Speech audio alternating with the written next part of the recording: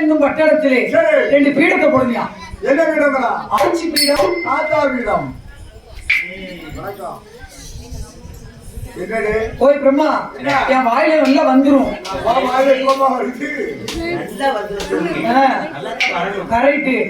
ஓய் பிரம்மா, பிரம்மலோகம் என்னும் பட்டணத்திலே சிவன் விஷ்ணு பேரை சொல்லி ரெண்டு பீடத்தை போடுமியா.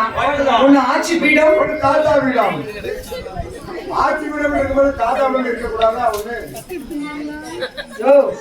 நான் என்ன சொல்றேன்னு கேட்டு பேசுனியா?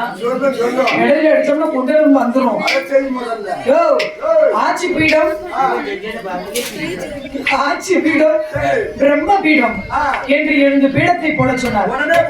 அப்புறம் பெரியம்மா பேரே சொல்லல, எங்க ஊச்சி நான் வேற வீடியோ வைக்க ஆவல்ல கவனிக்காம ஊருக்கு வருவதான் 6 ரூபாய் கொடுத்து போயிட்டாவா? என்ன பேரு? ஊருக்கு போனதுக்கு அப்புறம் ஊருக்கு போற பெரியம்மா இல்ல, ஊருக்கு போறதுக்கு அப்புறம் யாரு சொல்லலாம். சாமி முன்னால ரெண்டு வார்த்தை எதுக்கு வாழ்த்தோம் தெரியுமா? நம்ம சொன்னாது பழிக்குங்கிற ஒரு ஐதீகம். சாமி முகத்தை பார்த்து இது என்ன தெரியுமா? இது ராமபானம். இதுக்கு ராமர் கையில இருக்கக்கூடிய பில்லு ராமபானம். இது என்ன தெரியுமா? கிடையாது. 9 நவக்கிரகம். இது என்னென்ன? இது என்ன தெரியுமா? ஆதி சேடன் என்னும் பாம்பு. பக்கத்துல தொங்கிட்டு இருக்காரு, அவர் யார் தெரியுமா? ஆஞ்சநேயர். இது என்ன தெரியுமா? கிடையாது, நந்தீஸ்வர கடவுள். ஆமாண்ண.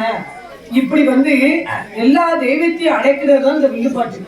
அதனால வில்லுப்பாட்டு முன்னாடி எதுக்கு இந்த பணம் காசு கொடுத்து அதை வாழ்த்து சொல்றாங்க தெரியுமா?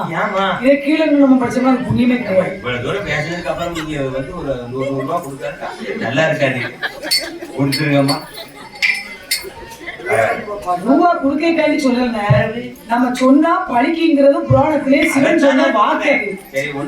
சிவன், பிரம்மா, விஷ்ணு மும்மூர்த்திகள் 3 பேர் சேர்ந்து இந்த வில்லுப்பாட்டுக்கு உயிர் கொடுத்து இந்த வில்லுப்பாட்டு பாடு அண்ணாவி சொல்றது பழிக்குங்கிறது அந்த மும்மூர்த்திகளுடைய வாக்கு.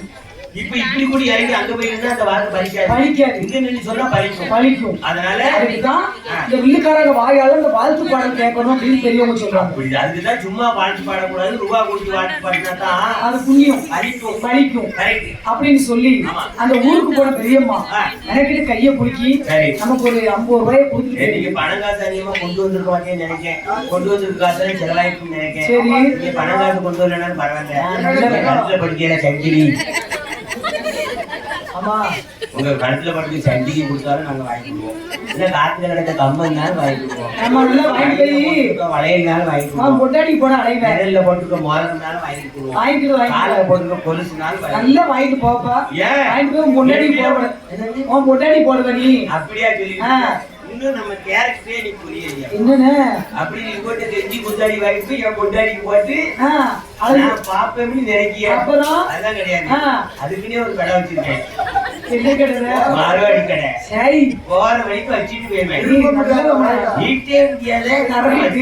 ஆனா பார்வதா தேவியானவளுக்கும் பகவானுக்கு திருக்கல்யாணம் நடத்த வேண்டும் என்று பிரம்மலோகம் என்னும் பட்டணத்திலே ஆட்சி பீடம், பிரம்ம பீடம் 2 பீடத்தை போட்டு பிரம்மதேவர் 8 நாளா அந்த 2 பீடத்துக்கும் அடி சமஸ்கிருதங்கள் ஓதி மந்திரங்கள் ஓதி 8 நாளா அது பூஜை நடக்குது. பூஜை நடக்க 8வது நாளையில அந்த 2 பீடமும் ஆகாயம் போய் முட்டி நிற்கும் போது ஆமா சிவன், பிரம்மா, விஷ்ணு 3 பேருக்கும் ஒன்றா சேர்ந்து அந்த பீடத்துக்கு உயிர் கொடுக்க வேண்டும் என்று அந்த 2 பீடத்துக்கும் எப்படி உயிர் கொடுக்க போறாங்க தெரியுமா?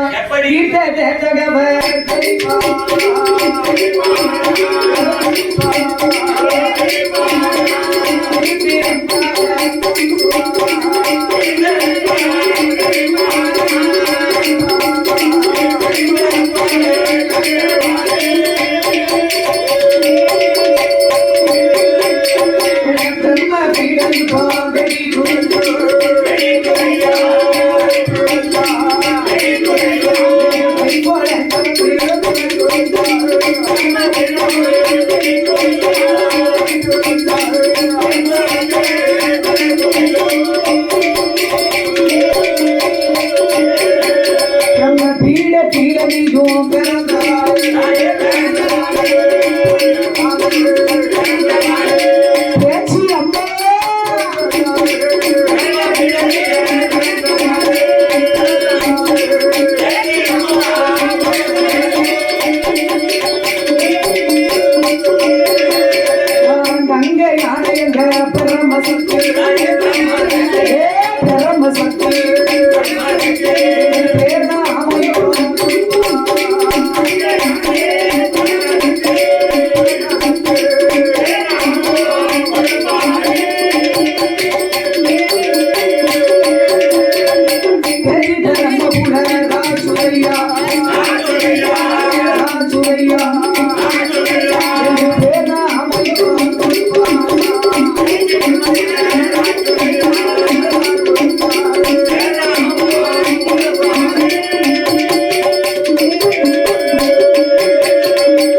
பிரம்ம பீடத்துல நீ பிறந்ததுனால உன் பேரு பேச்சியம்மா, உன் தங்கையான பிரம்மசக்தி என் பேச்சியம்மாள், என் பிரம்மசக்தி அம்மாள்.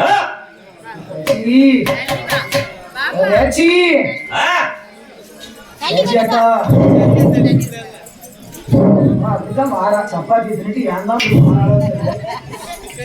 தேர்ந்து கிடக்கு பண்ற